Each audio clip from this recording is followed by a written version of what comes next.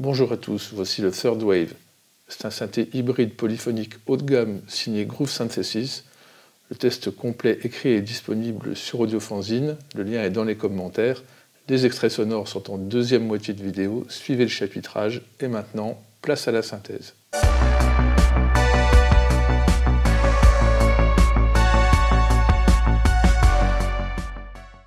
Le Third Wave est le premier synthé de la jeune société californienne Groove Synthesis, composé de grosses pointures ayant travaillé chez Avid DigiDesign et Sequential Oberheim sur des synthés, de l'audio pro et des traitements numériques. Ce sont aussi des grands fans du PPG Wave 2, d'où leurs orientations pour leur première machine. C'est un synthé hybride à table d'onde et oscillateur numérique qui passe ensuite dans un filtre analogique. C'est un instrument à tarif premium, comme ses ancêtres, les PPG Wave 2, 2223, on est dans la cour des grands. La qualité de construction est également premium, avec un boîtier tout en métal, des potentiomètres et encodeurs très agréables à manier, un écran OLED couleur, un clavier Fatart TP9 sensible à la vélocité et à la pression mono, et une connectique vissée. Celle-ci est très généreuse, prise casque, 4 paires de sorties stéréo en jack 635 TS, on peut assigner plusieurs parties sonores par paire, une entrée audio mono permettant d'envoyer un signal dans le VCF ou le convertir en table d'onde. Viennent ensuite 3 prises pour pédales, maintien, volume, CV assignable, le trio MIDI DIN, la prise USB Class Compliant pour le pilotage MIDI, les CCNRPN de tous les paramètres, les programmes, les tables d'onde et les mises à jour du micro-logiciel, et la borne IEC secteur. C'est donc une alimentation interne à détection de tension et fréquence automatique, merci. Seul regret, l'absence d'audio via USB.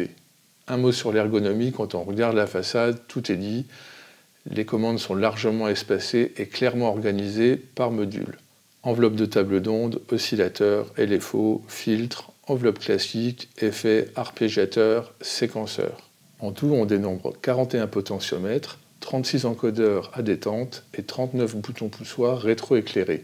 Dès qu'on touche une commande, la page du module en cours s'ouvre avec affichage des paramètres permettant l'accès aux quelques rares paramètres additionnels. L'écran affiche les tables d'onde et les courbes d'enveloppe en temps réel sous forme graphique, avec une certaine sobriété, il faut bien le noter. Les fonctions compare et init sont présentes et on peut appeler une page menu sans changer de valeur en maintenant la touche compare et en actionnant une commande. Ça vaut aussi pour retourner en mode programme.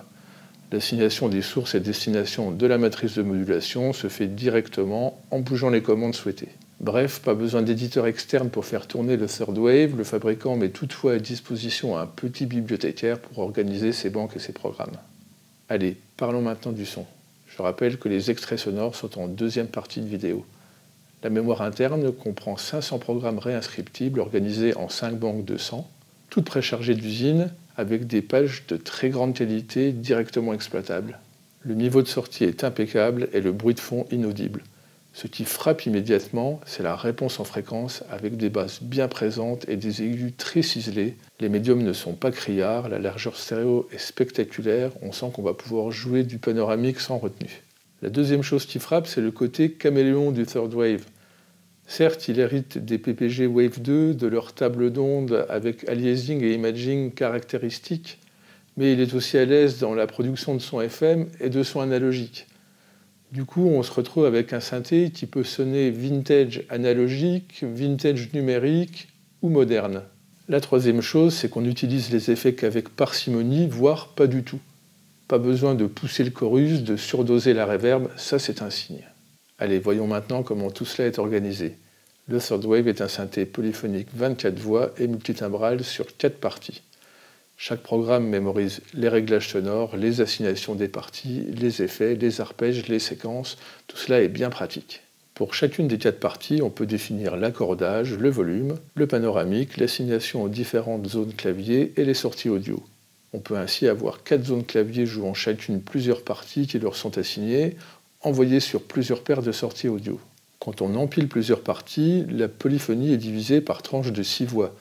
Mais quand on reste en split ou dans le séquenceur, l'allocation des voix est dynamique. Côté MIDI, les parties peuvent émettre et recevoir sur leur propre canal MIDI entièrement assignable, c'est très souple.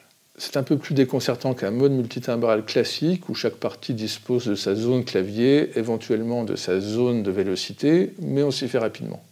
Passons maintenant à la synthèse. Chaque voix comporte 3 oscillateurs, un filtre numérique, un VCF analogique, 3 enveloppes de table d'onde, 4 enveloppes classiques, 4 LFO et une matrice de modulation. Chaque oscillateur peut générer une table d'onde 8 bits type PPG, une table d'onde haute résolution 96 kHz ou un oscillateur VA à onde variable.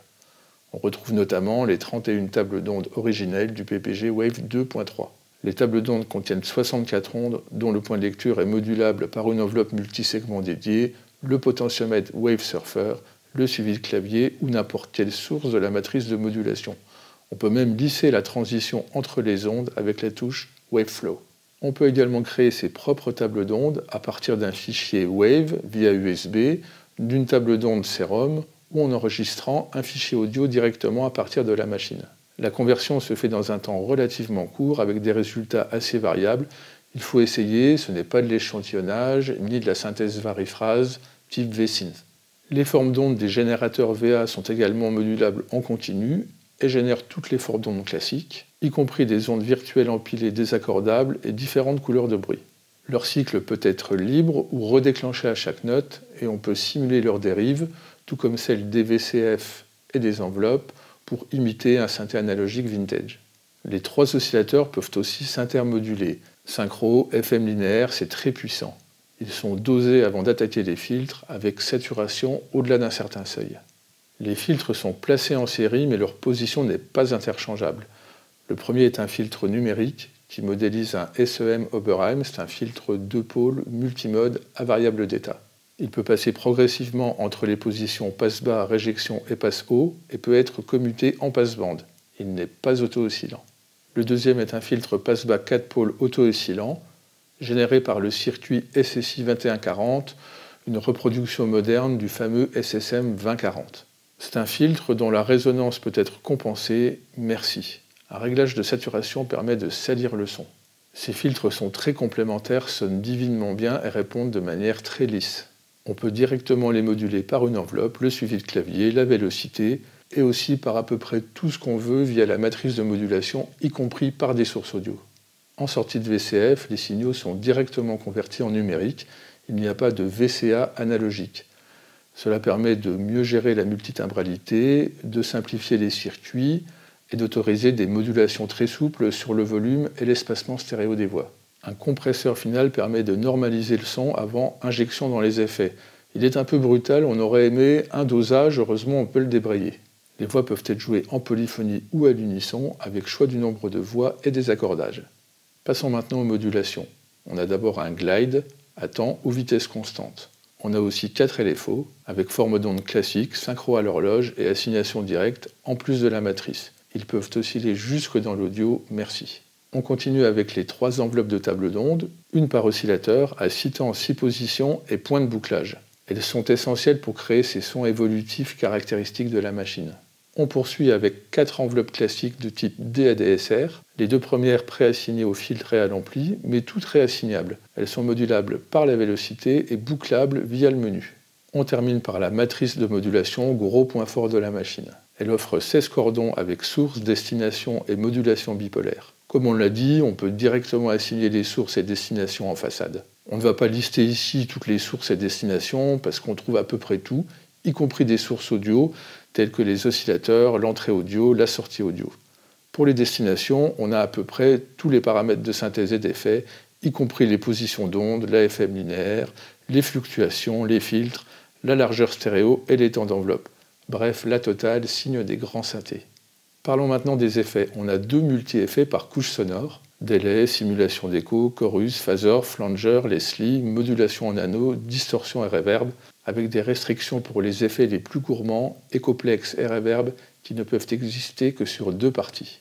Il n'y a que quelques paramètres éditables en fonction du type d'effet. Les temps des effets cycliques sont synchronisables à l'horloge. La qualité est globalement excellente, mais comme on l'a dit, le son brut est tellement bon qu'on ne surdose jamais les effets. Allez, un petit mot sur l'arpégiateur et le séquenceur. L'arpégiateur est assez basique, avec différents sens de lecture classiques, différentes divisions temporelles et la transposition de 1 à 3 octaves.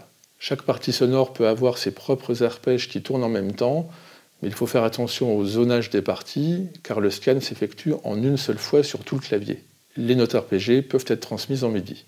On termine par le séquenceur. Il offre 24 motifs de 32 mesures et une song de 64 pas. Un pas, c'est un numéro de motif et un nombre de répétitions, et on peut même boucler la song si on le souhaite. On enregistre uniquement en temps réel et en overdub à la fois les notes et les mouvements des commandes. On peut quantifier avant ou après enregistrement. L'enregistrement se fait sur une seule piste en fonction du zonage clavier, c'est pas comme si on avait 4 pistes indépendantes. C'est la même limite que sur l'arpégiateur. En revanche, on ne peut rien éditer après coup, juste supprimer un motif ou le mouvement des commandes, ça c'est un point qu'il faut nettement améliorer. Voilà, nous sommes arrivés au moment du verdict. J'ai aimé la qualité sonore exceptionnelle, à la fois moderne et vintage. La polyvalence sonore, que ce soit les tables d'ondes vintage ou modernes, l'AFM et les textures analogiques, l'ergonomie magnifique faite pour programmer les sons, la polyphonie et la multitimbralité. J'ai également aimé la puissance de la section oscillateur, 3 par voix avec de nombreuses interactions. L'import de tables d'ondes d'utilisateurs, les filtres complémentaires dont le fameux VCF SSI 2140, les possibilités de modulation avec prise en compte de sources audio. J'ai enfin aimé la section effet multitimbrale, la qualité de construction, les 4 paires de sorties stéréo et l'écoute attentive des utilisateurs pour améliorer le produit. Je n'ai pas aimé le compresseur un peu brutal qui manque de dosage, l'arpégiateur un peu simpliste, l'absence d'édition après coup dans le séquenceur et l'absence d'audio via USB. En conclusion, j'ai passé un fabuleux moment avec le Third Wave. C'est un synthé hors norme qui offre un son magnifique, une puissance de synthèse énorme et une ergonomie exemplaire. Il est fait pour les amoureux de la synthèse qui peuvent consacrer des moyens importants dans un instrument exceptionnel. Vous retrouverez le test écrit détaillé sur Audiofanzine et les extraits sonores juste après le générique. Si vous avez aimé cette vidéo, partagez, likez, abonnez-vous. A bientôt, bonne musique et que le filtre soit avec vous.